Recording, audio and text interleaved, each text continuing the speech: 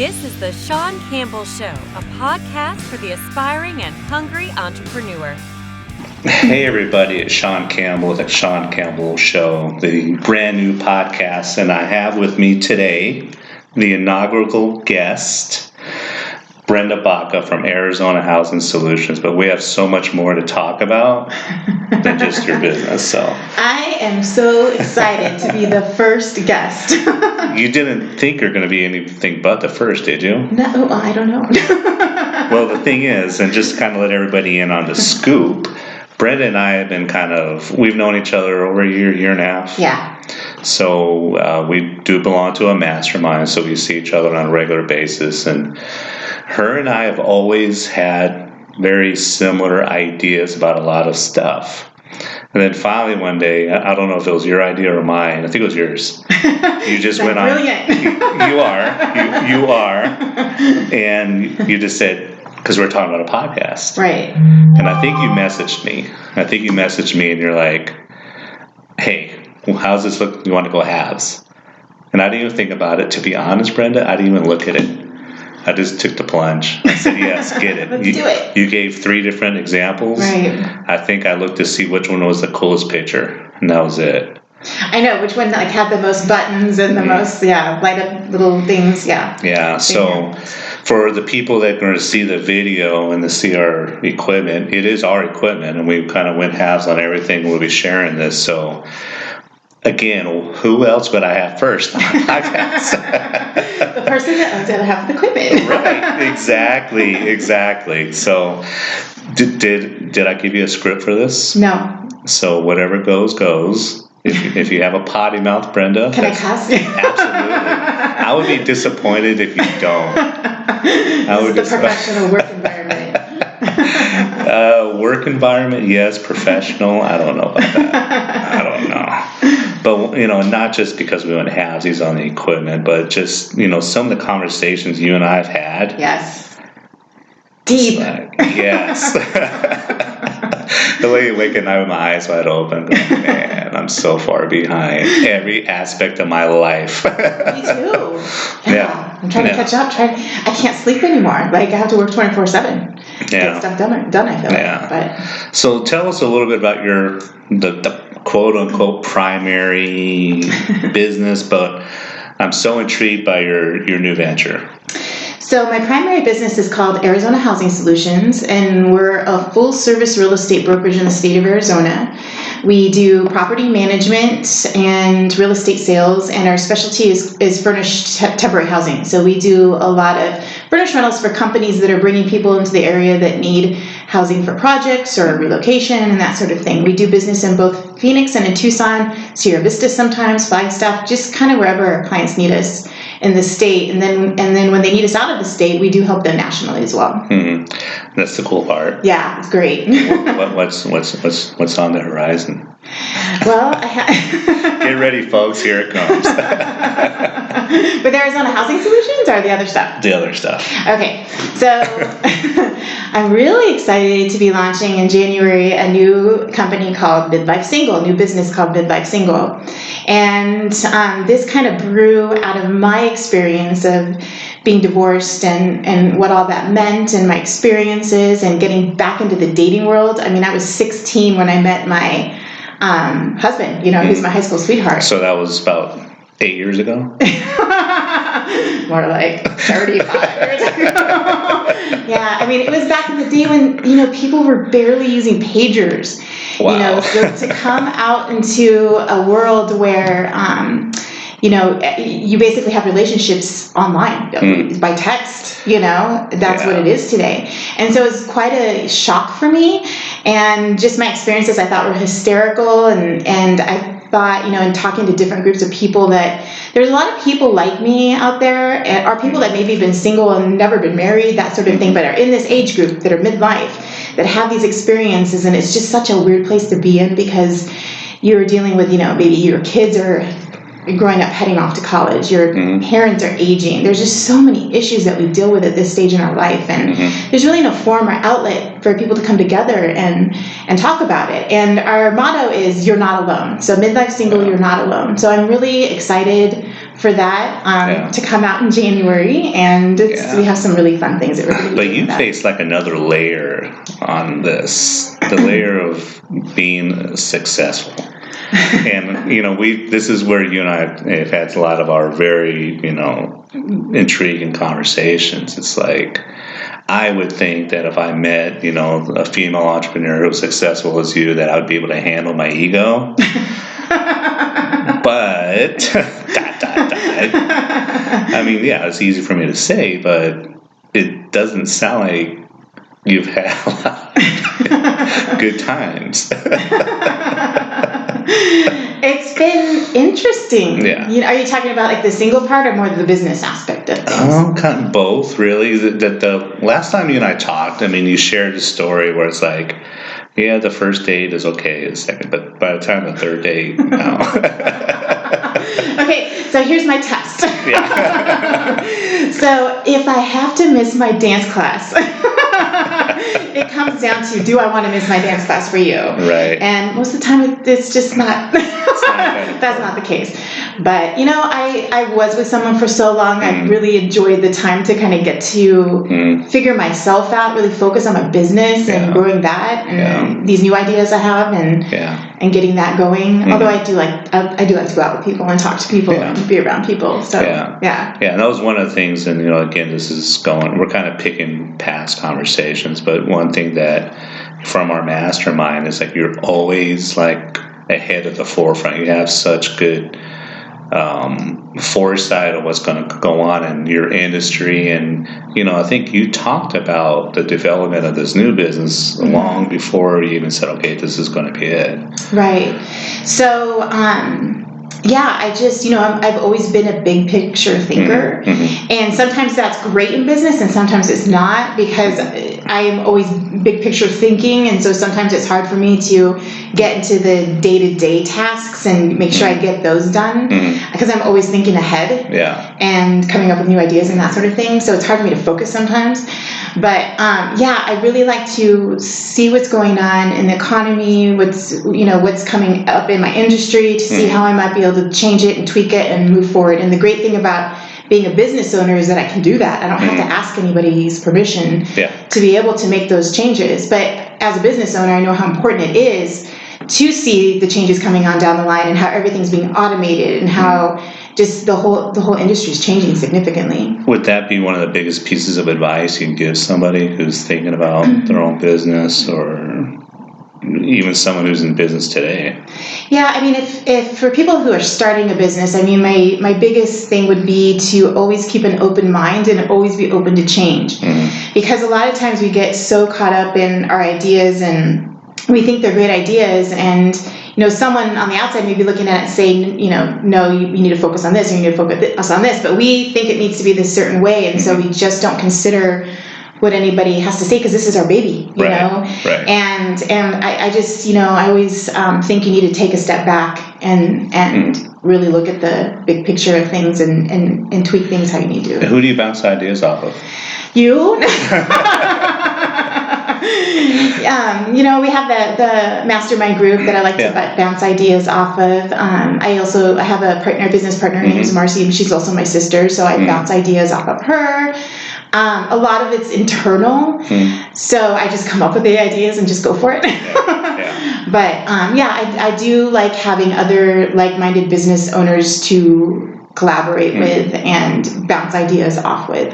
I mean, I remember there was a time when you know, I thought about branching out into different states and doing things like that, and it was, at the time, I thought it was a great idea. But then I started to lose control of the quality of things and all of that, and, you know, bouncing it off the mastermind group was great. And they're like, you need to hone it in. You just need to focus on this state. Yeah. You know, I like our group that we have. Yeah, me too. But what would you give as a piece of advice for somebody looking for a mastermind? Because I've been a part of a few of them, but this is the only one that I really look forward to.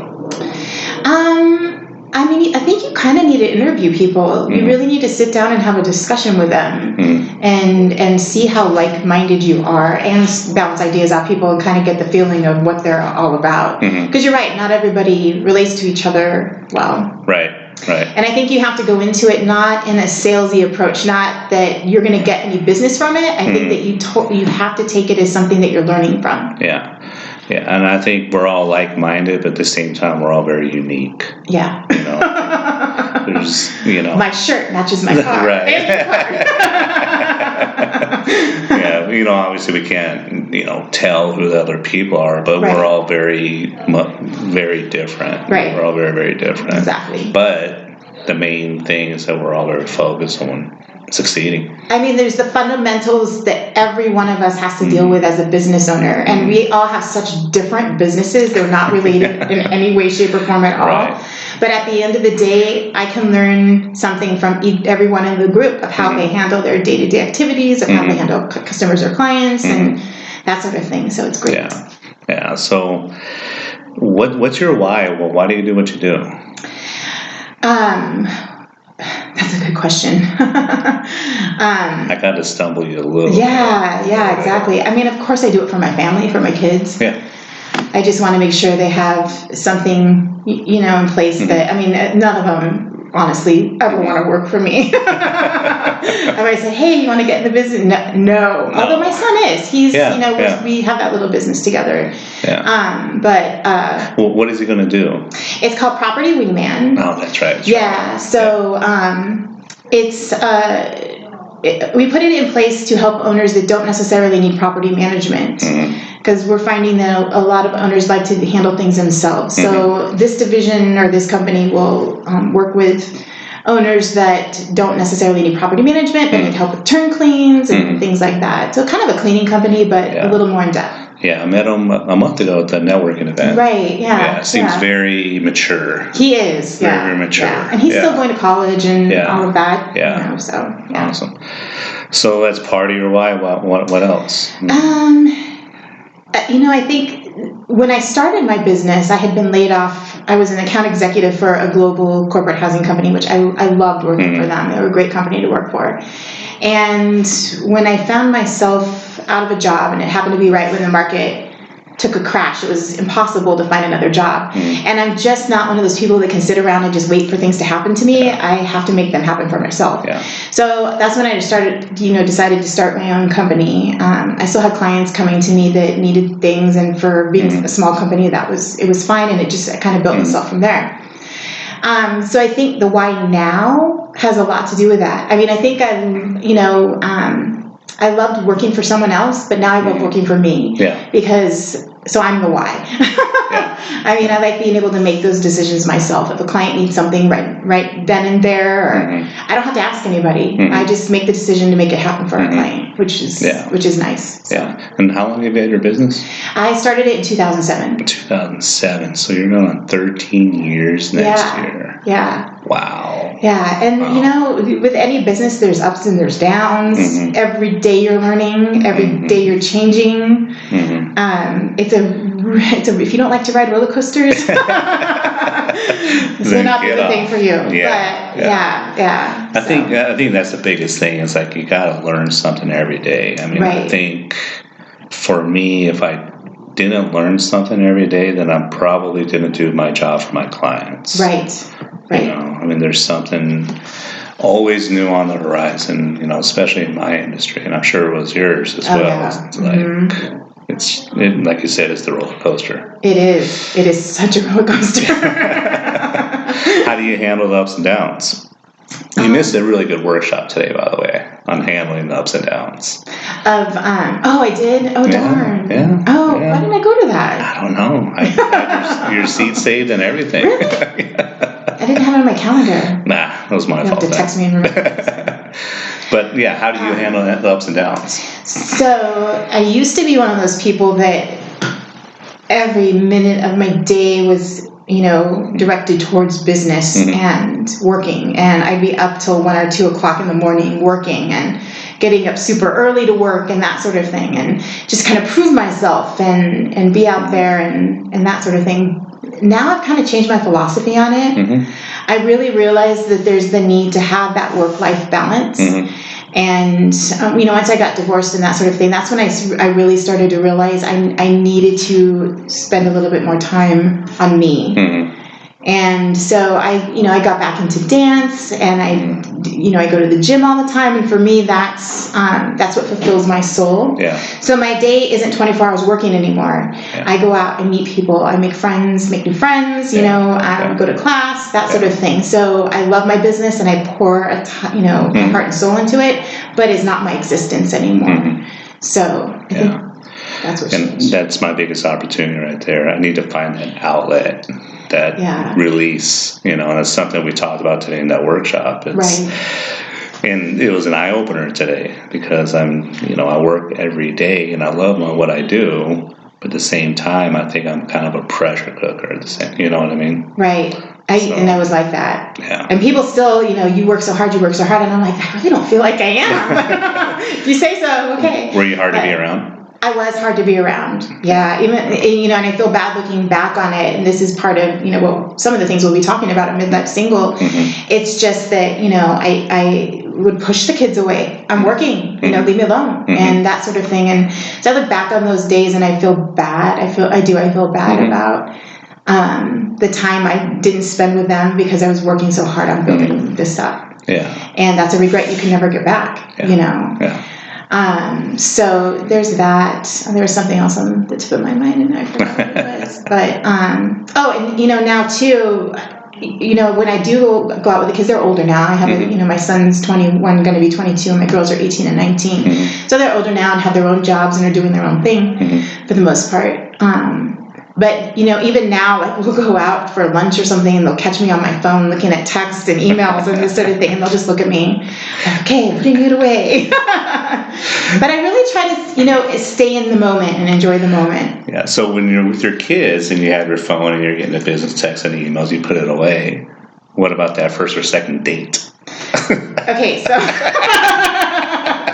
Okay, so that's a good question, and this will be a topic on Midlife Single. Mm-hmm. But so I have really tried to make an effort to be present when I'm with friends or family or on dates, because what's the point in spending the time and going out with someone if you're not present?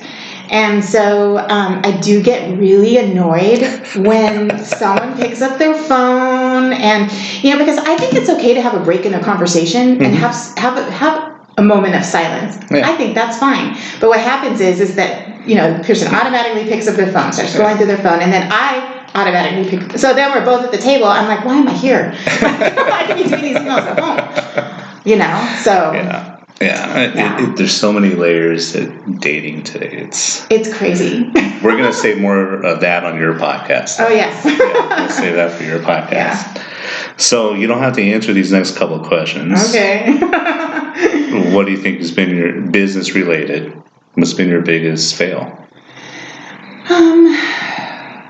That's a tough question. Mm-hmm. I mean, honestly, I don't see anything as a fail. Mm-hmm. I kind of, I've had my obstacles. I've had things I've had to work through. I've had people I've hurt. I've had, I've done all those things that, you do when you're in business. Mm-hmm. And while I regret any of that sort of thing, I also see it as a learning opportunity to grow. Mm. And so sometimes we can't get to where we're going to be without having those lessons. Mm. And, that's basically it. I mean, I think that you have to, nothing in life is going to be perfect. And I think you have to have those lessons in order to grow and become the person that you want to become. Right, yeah. And it's a constant learning lesson. Yeah. We learn until we die. All I hope is that I've already had my biggest fail. Because I think mine was delaying putting in some systems that I need like now, and I could have done them 2-3 years ago. So I'm playing catch up in a lot of stuff, and that's holding me back on a few things. You know what I mean? So. Kind of, there's a lot of things where I said, okay, I'm going to act as if I'm, where I'm at, 5 years from now. But at the same time, I should have been putting in those systems, that someone in the future would have had in place. Right. Like an email marketing campaign. Right. As embarrassing as it is for me to admit it, I'm barely getting that going when I should have had that in place a couple years ago. Right. We all have those moments. And sometimes you just don't know until you know. Right. And yeah, I mean, looking back, there's so many things that we should have done it this way or that way or this way, but you can't go back in time. So yeah. But I think you hit it on the head is just kind of learn from it and move on. So your biggest success? Well, I think that my biggest success is that I employ people and that I have people working for me and have some great people working for me. Yeah. And I think that's my biggest success. I mean, we've had great pieces of business. We've, we have great clients and all of that. And I think that being in business, as long as we have in itself, is just a big success. At what year in your business did you have your first employee? My first what? Employee. Oh, I want to say like year 3. Okay. Yeah. Wow. Yeah. Wow. So I started the business on my own in 2007. Then I had a couple of people working for me, during that time. And then my sister started working for me, and she handled all of our accounting, accounts payable, accounts receivable, and all of that. And so in 2016, I decided to make her a partner since she was putting in so much work and time. I said, let's make you a partner if you want to do that. And so she said yes. And so now she's a partner in that business. Wow. So, yeah. Wow. And last question, what's your biggest audacious goal you have in mind? What's something you have in To retire. To retire tomorrow. To be on the beach in Hawaii. Yeah, I mean, is it that? Is it to retire like next week and sell the business? And I don't ever see myself selling the business. It's my baby. I love it so much. Right. I think maybe stepping away from it a little bit and not being as involved as I am in the day-to-day activities is maybe 10 years from now is even, something that I want to do so I can travel more and see all the places that I've never seen that I want to see. Yeah. I like coming up with new business ideas. And so I think one of my goals is to be someone who implements these new businesses and these new ideas. Maybe not through me, but through other people. Right. But I have a lot of ideas. You do. It's just finding the time to make them happen. Wow. So, and that's so similar compared to a lot of people that I know. It's like when I ask for that big, crazy goal, I can't even say mine. I think I want to like travel a little bit more, and that's my big thing, travel. Yeah, and I want to open up another location and just kind of build what I have and different stuff. But this crazy, outrageous goal, I don't know if I have that yet. Yeah, I don't like to be disappointed if I don't meet my goals either. Have you not met a goal yet? Sort of. Yeah, I mean, I have in the past, not done the things that I wanted to do in the time that I wanted to do them. Yeah. And it's okay because those are learning lessons too, I feel. But yeah. Yeah. So. So how can someone reach out to you, whether they need Arizona Housing or the midlife? So Arizona Housing Solutions is azhousingsolution.com. And Midlife Single will roll out in January. Okay. So our goal is to roll it out January 5th. There may be a little bit of delay in that. We're getting the website finished up and all of that, trademarking and stuff like that. So that will hopefully roll out in January, and that is midlifesingle.life. Nice. Yeah. .life? .life. Well, yeah. Well. Yeah. Well, have you kind of laid out the groundwork for the website? I'm sure you have. Yeah, that's all pretty. It's really exciting. I mean, I think people are really going to be able to get in there and find that they relate to people that they never thought they would relate to before. It's going to be a shit show too. I got my password in. Anyway, so it'll be fun. The podcast will be a shit show, but we'll be talking about serious things too. So I mean, we hope it's a roller coaster of emotions, and that people learn something from it, and get valuable information. I am looking forward to your podcast more than anything. It's going to be exciting. Yes, it's going to be something where I'm going to close the door, lock it up, and have a beer while I'm listening to it. Yep, that's Brenda's right. That's what we hope. Dating is a shit show. Well, thank you, Brenda, for being on. Thank I you so really much for having appreciate me. it. It was an honor. And I look forward to the next time. Yeah, me too. It's gonna, after you get midlife up and going for a good, few months, whatever, we need an update. Yes. So you'll be my first. Yes. You'll be my first double guest. Double guest. Yeah, so. I look forward to it. All right. Thanks so much. Thank you. Thank you for listening to The Shawn Campbell Show. Follow us on Instagram at The Shawn Campbell Show.